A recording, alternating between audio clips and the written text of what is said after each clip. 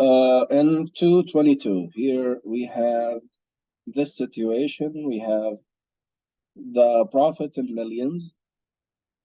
That's P of N, and N here represents the number of textbooks sold in millions.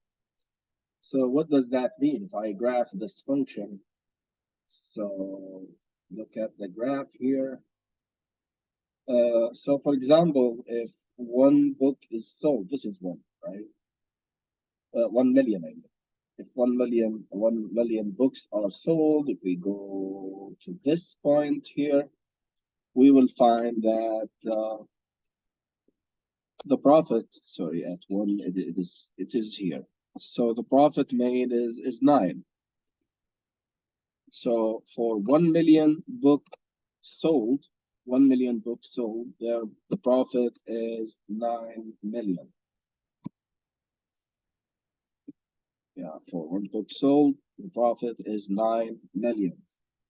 For example, another one, for 2 million of books, textbooks sold, the profit is, let's go to the function here, the profit is 16 million. So the x-axis here represents the number of books, textbooks sold in millions, and the y-axis represents the profit made in millions as well. The question is asking about what's the maximum profit, and the number of textbooks that Scandal Math must sell to realize this maximum profit. So if you look at this graph, the graph of this function, we see that the highest value reached is this.